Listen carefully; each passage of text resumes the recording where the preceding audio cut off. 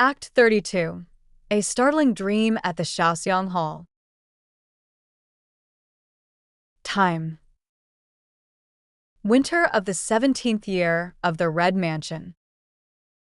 Location: XiaoXiang Pavilion.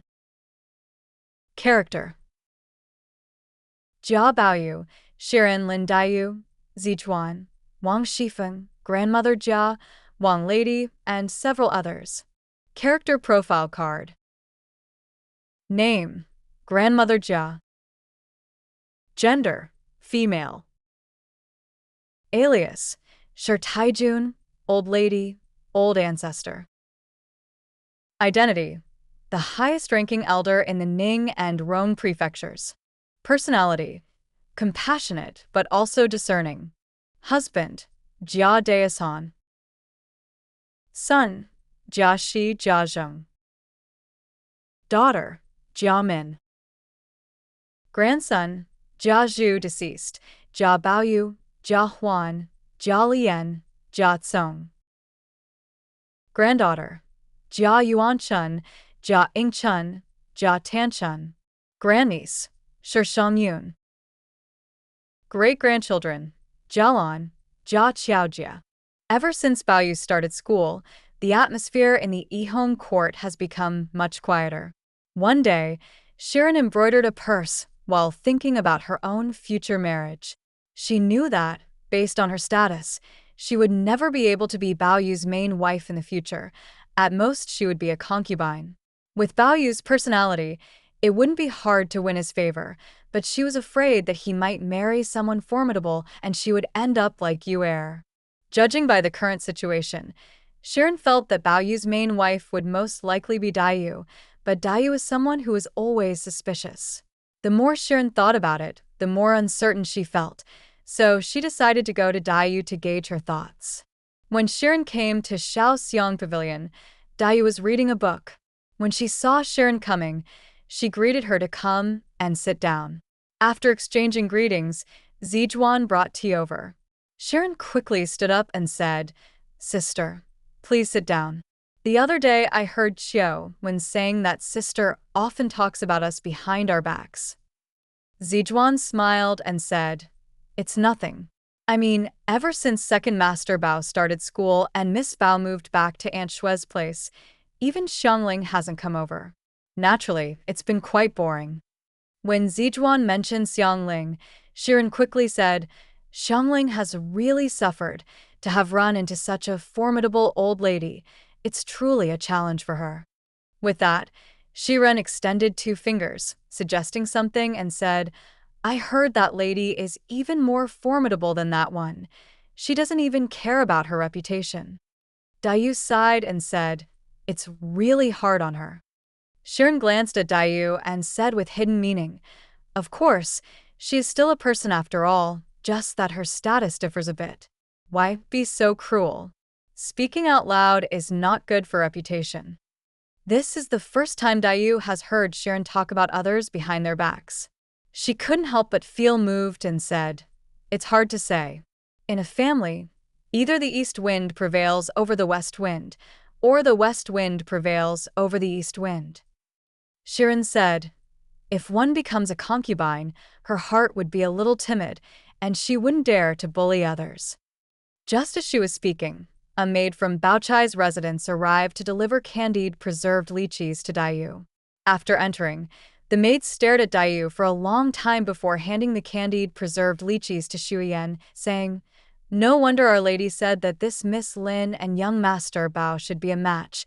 They truly look like heavenly immortals." Daiyu was a little annoyed, thinking that this maid was very rude, but after all, she belonged to Baochai, so she didn't say anything. She just responded, "Thank you, Mississippi." After the maid left, she kept muttering to herself, "She looks so good. Only Baoyu is worthy of her."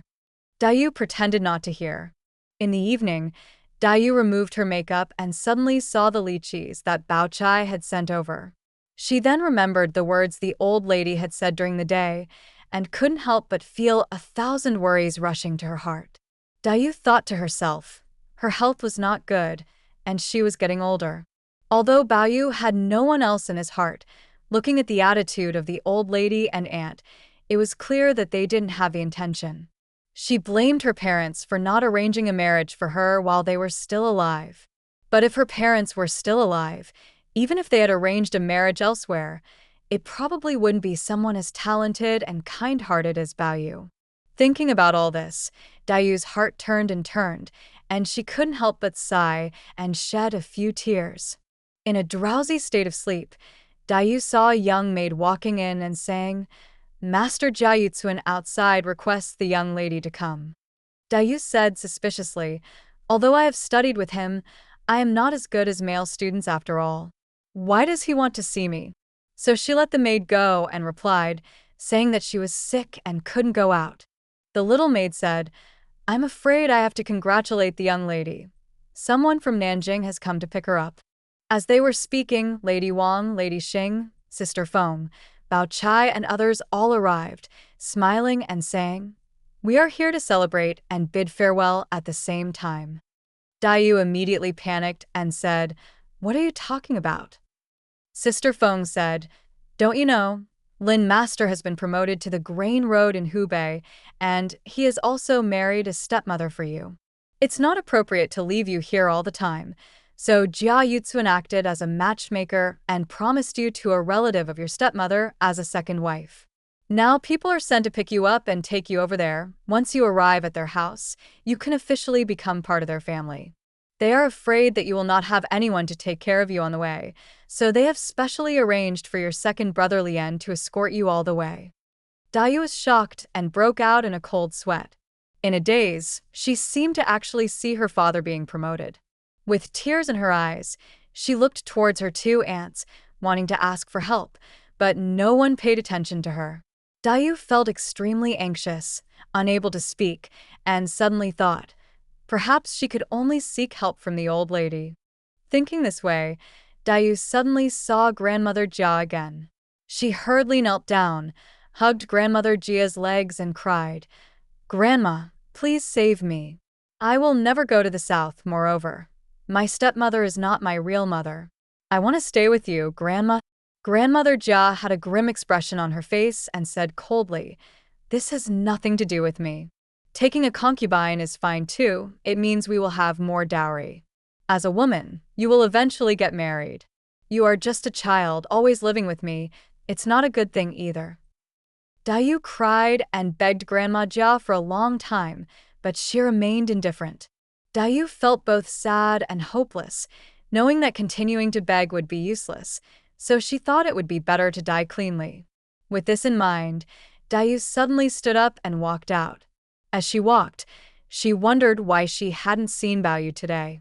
If she could see him, perhaps she could ask him if he had any ideas. Just as she was thinking about it, she saw Baoyu standing in front of her, smiling and saying, "Congratulations, sister." Dayu was devastated, holding on to Baoyu tightly as if struck by lightning. In extreme grief, she said, "Good, very good. Baoyu, today I finally realized that you are actually a heartless and unkind person." Baoyu said, "How am I heartless and ungrateful? Since you already have someone else, we naturally have nothing to do with each other." Dayu was angry and anxious, pulling Baoyu and crying, "Big brother, who do you want me to follow?" Baoyu said, "If you don't go, then just stay here. You promised me before, that's why you came here. You know how I will treat you." Dayu suddenly felt as if she had indeed agreed to marry Baoyu. She immediately changed her sorrow to joy and asked, "I have made up my mind. What about you?" Baoyu said, "I have told you to stay. If you don't believe me, I will show you my heart." As he spoke, he suddenly took out a knife and made a cut on his chest, blood flowing out. Dayu was so frightened that her soul almost left her body. She quickly reached out to cover Baoyu's chest and cried, "How could you do such a thing? You might as well kill me first." Baoyu said, "Don't be afraid. I want to show you my heart." As he spoke, he reached into the wound. Suddenly, Baoyu let out a cry of agony and said, "It's not good. My heart is gone. I can't survive." After that, his eyes closed and he fell down. Dayu suddenly felt pleasantly surprised, only to realize that everything was just a dream. She was wet and cold all over, covered in sweat, feeling disoriented, and couldn't help but cry again. After tossing and turning all night, Dayu's cough became even worse. Zizhuan was worried, and when she helped her with a phlegm, she was shocked to find that there was blood in it. She couldn't help but be startled. Zizhuan dared not tell Dayu, feeling bitter in her heart. Tears kept streaming down her face. Just as Dayu spat out phlegm, she already felt a hint of sweetness and fishy smell in her throat.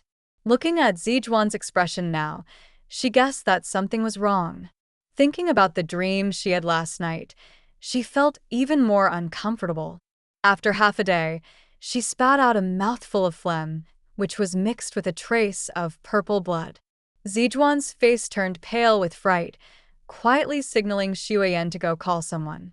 Just at that moment, Cuelu and Cuema came to invite Dayu to go to Shichuan's place to see the painting of the Grand View Garden. Xiaoyan had just left the house when she ran into them and hurriedly waved her hand to stop them from going in. She told them about Dayu's spitting blood and then hurried off to find a doctor. The maidservants went back and told everyone, including Shang Yun and Tan Chun, who then all came to visit Dayu.